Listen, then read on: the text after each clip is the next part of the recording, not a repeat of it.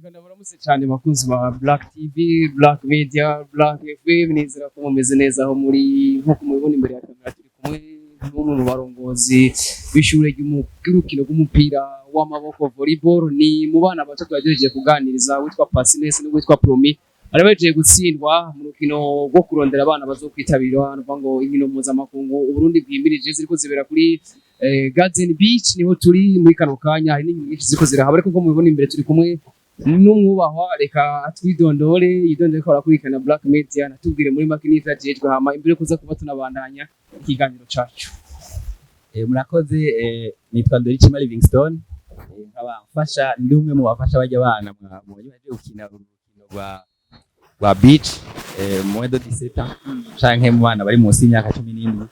ariko iyi niyo match ya mbere bakinye, nukuvuga batasigaje izindi nkino ngo ntibarava batsinzwe match ya mbere. Rero twe tubikorera muri cadre ya association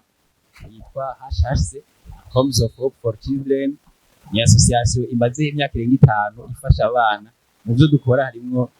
harimo gufasha abana mu nkino zitandukanye, cyane cyane urukino rwa volleyball ko nibwo dukunda. Yego.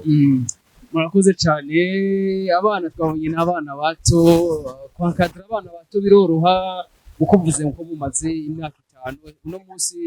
muri association banyu homogeze na cyane kuko urukino rwa volleyball hoba hariho abo mumaze kuramura bamaze gukina mu migwi itandukanye tubona ngaha mu gisagara cya Bujumbura, canke abo bana baraborohera ngene mu buryo mu bankadramwo bimeze gute?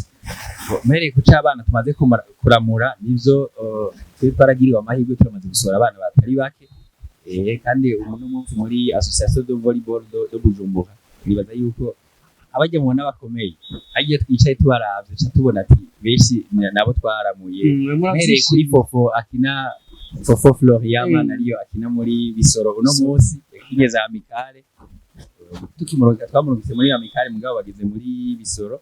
Muri Bisoro nyene hari undi yitwa Don Dive, hariho muri Mairie muri Bone ariyo Gispe le passé ujya nuwo twaramuye, ariyo Tezo akina muri Muzinga uno munsi ngaciye muri Rukinzo, ariyo tumaze kuramura nko muri bajya bagiye gukina mu Edo 19 harimo abana 5 baciye muri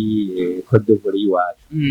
Rero ngiye kutakabije ubwa ko bitworohera mu isanzwe nta kintu kimwe cyoroshye, mugabo ikintu ukunda kirakorohera, urashobora gusporta nubwo kiba cyagutwaye uburyo bwinshi. Yego, kuko kugira bajya abana bagere nkaho hantu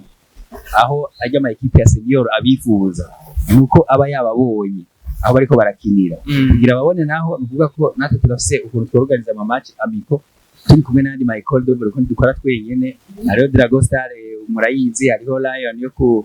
Buterere, hariho ama école na Muzinga, nukuvuga izo zose turahura tukagira ama competition. Kukijanye n'ukuntu mwankadra abo bana nabwo kujanye n'uburyo cyane cyane kuko bisaba ama materiel, imipira irazimvye, mafire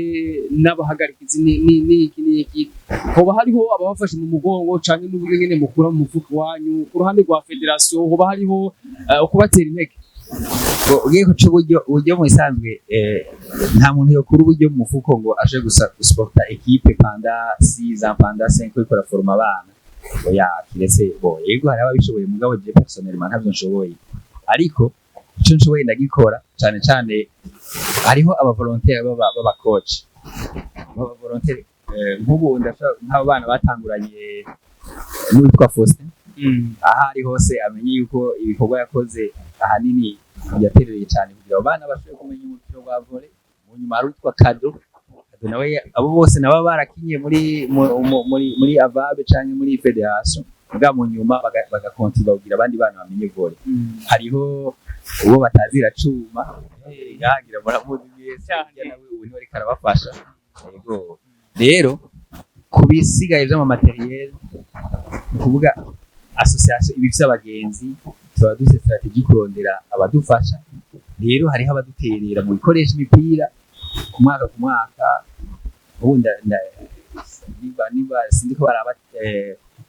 televiziyo y'iwanyu mugabo turafise inshuti zacu ziri hanze nka Doriake yumve yuko imipira baraturungikira itakubuza ifisha ubusa. Ego, hariho ishiramwe gitwa Lab Access ngira muhora mubona umupira wa volley akomeye cyane yitwa Karen Open na Siriake, nabo baraduterera cyane mu bikoresho narafishise entraînement y'abana mu gihe dufite nk'amamatch hariho n'abavorere benshi bari ngaha Dr Innocent muramuzi hariho Emmanuel Ndagijimana hariho umutama witwa Mujaba Isaac abo ahanini bo nibuka cyane bakunda Monsieur Ernest yatwaye Amical iyo dufite les activités by'ukuri barakontribua kugira abana bakine baronke materiel ariko kandi na federation nayo twoyibagira kuko uretse ko yaraduforomeye abantenera akadera yarakurikiranye izo bintu ariko kandi baheruka kuorganiza championnat ya mwedo 17 biba biryoshe cyane iyo barose cadre yuko abana berekana amatara ego kuri ku bindi bikoresho navyo na federation ari ivyo itaduha kumbure nanye ko bitabifise ariko barose nibaza yuko bazoduha ikindi naco nshima kame muri ibi bintu turakora nuko baheruka komisiyo y'ibintu by'amakore do ikintu kimeze neza cyane twaragishimye kandi tubizera neza yuko ari ico bizoterera gusa sinoregenda navuze nko mu ntambami nuko gushika kuri isa nta mategeko atomoye nabo bana iyo tubaramuye bakagenda mu yandi mu bindi bisata nka football cyangwa basket umwana waramuye muri ekole hari ibintu byemeza neza ko hari wamureze yaciye muri ahazoja hose hariho un pourcentage isigara muri ekole kugira ngo tugume turonka ari materiel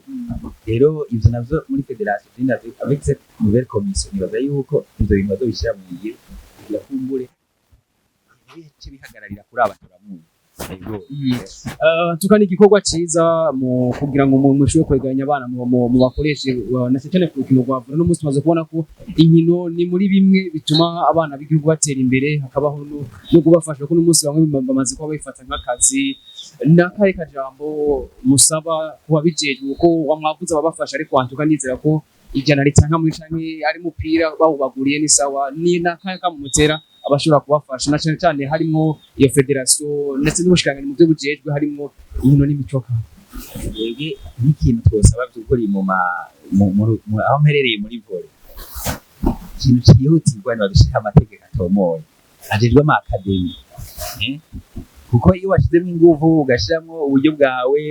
ukaba ufite na vision y'uko uzoga umuforoma nk'imyaka 50 hama usohoye ukabona urana nk'umwana twaforomye yavuye muri Amical ayitwa Murungizi Amical yareklama quelque chose gisigara muri Amical muga twebwe twamureze ubwa mbere ikintu na kimwe tuza gusubira kubaza alors que hari amaprive yerekana yuko izo école de volley ziriho kandi twazishizeho bya ducontribue muri development y'abana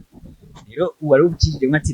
nakazi nyene ko twebwe muri nakubwiye ko association d'office si sport ahubwo mu byo twashize mu ndinganizo harimo encadrement sportif des enfants muri rusange ariko ibi tubiharura ko ari une façon de contribuer au développement kuko haraba icyo bita autonomisation de la jeunesse no musajya bose twarungitse mu maklub atandukanye barahembwa uri muri Rukinza arahembwa uri muri Muzinga arahembwa bafite n'amakonti ariko hari gihe ubambwiye ati chef uraraba nawe iyi match azoba ari tuyifata mu minwe donc iyo umwana amenye umupira